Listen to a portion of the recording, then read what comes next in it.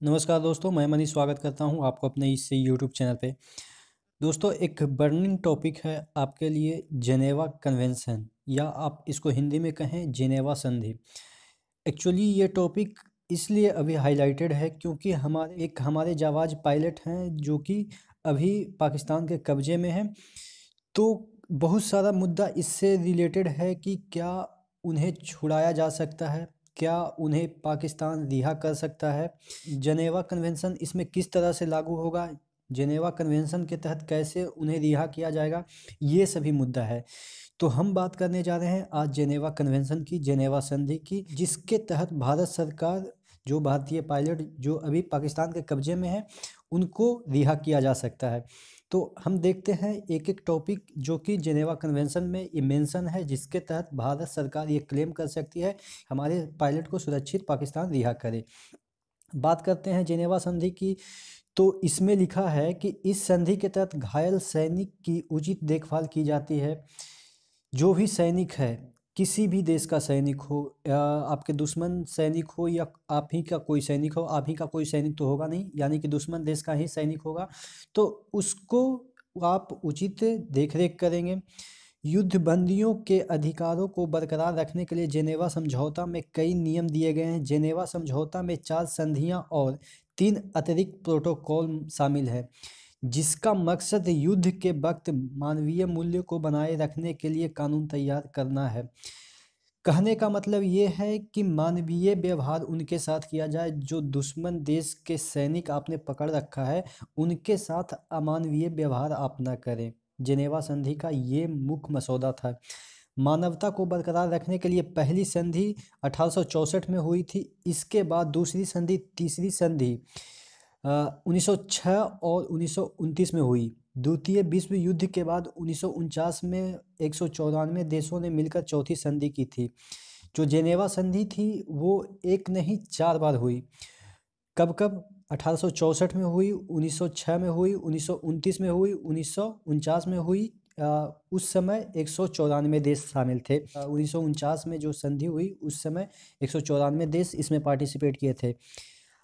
आगे इसमें लिखा हुआ है, युद्धबंदियों के अधिकार को बरकरार रखने के लिए जेनेवा समझौता में कई नियम दिए गए। जेनेवा समझौता में 4 संधियां और 3 अतिरिक्त प्रोटोकॉल, जो कि मैंने आपको अभी बताया। आगे लिखा है, international committee of red cross के मुताबिक जेनेवा समझौते के युद्ध के दौरान गिरफ्तार सैनिकों को और घायल लोगों के साथ कैसा बर्ताव करना है, इसको लेकर दिशा निर्देश दिए गए हैं।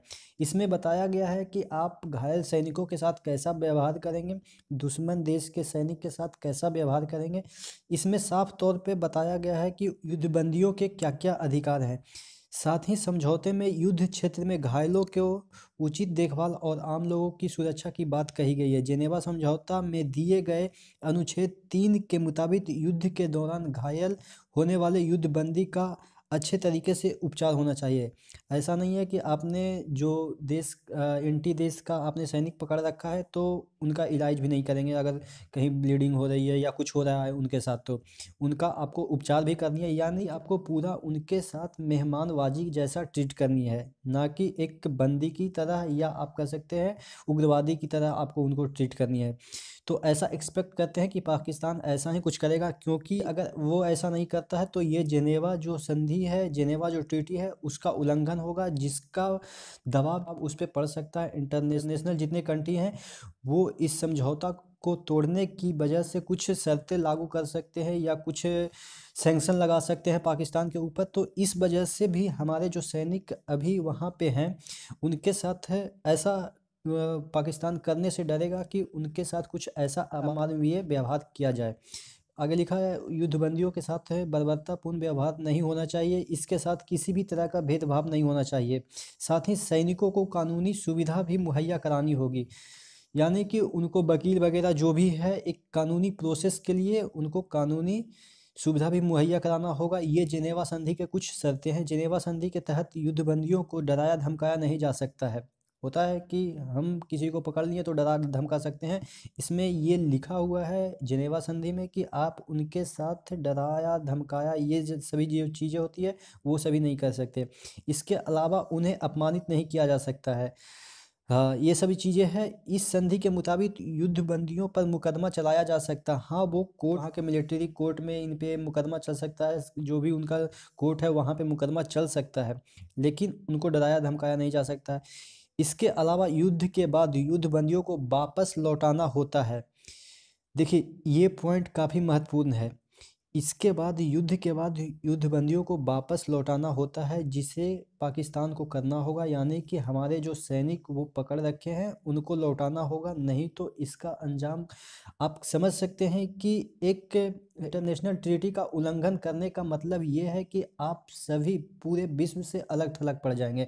अगर आप उस संधि में पार्टिसिपेट किए हैं, उस समझौता को स्वीकार किए हैं और आप उल्लंघन करते हैं, तो आप अलग थलग पड़ जाएंगे। इंटरनेशनल जितनी भी शक्तियां होगी वो आप पे दबाव बनाएगी कि आप ऐसा उसके विरुद्ध न जाएं कि आप ट्रीटी को ही उल्लंघन कर दें।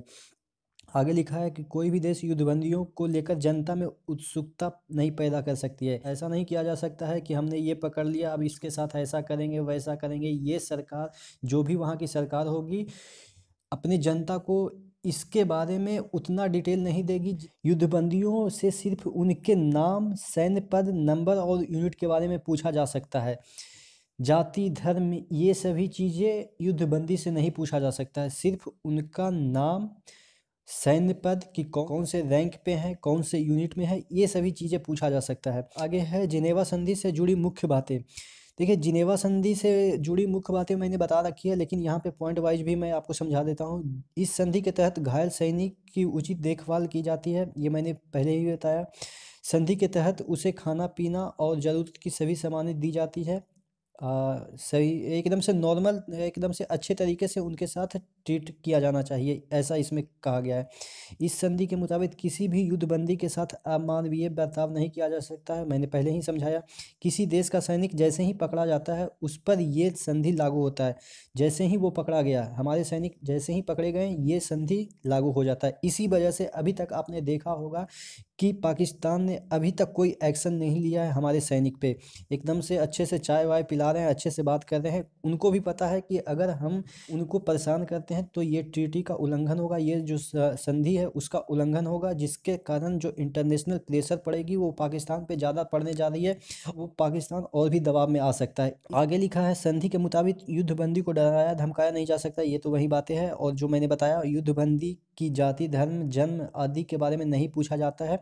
तो ये थी जिनेवा जो संधि है उसके बारे में कुछ पॉइंट, जिसके तहत भारत सरकार ये क्लेम कर सकती है, और हमारे जो विदेश सचिव हैं उन्होंने ये क्लेम भी किया है कि हमारे जो सैनिक पकड़े गए हैं, हमारे जो पायलट पकड़े गए हैं, उन्हें सुरक्षित रिहा किया जाए, क्योंकि ये जिनेवा कन्वेंशन के तहत ये हमारे जो सैनिक पकड़े गए हैं उन पे जिनेवा कन्वेंशन लागू होता है। तो आशा करते हैं और दुआ करते हैं, हर एक भारतवासी ये दुआ करता है कि हमारे जो पायलट पकड़े गए हैं, पाकिस्तान के द्वारा जो पकड़े हैं, वो पाकिस्तान सुरक्षित भारत को सौंप देगा, और जिनेवा कन्वेंशन की जो संधि है उसकी शर्तों को वो मानेगा।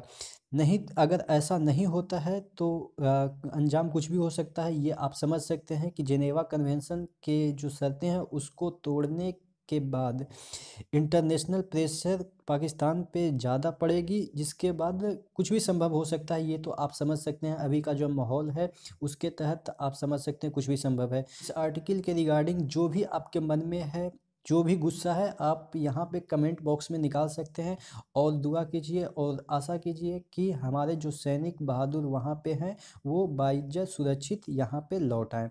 जय हिंद।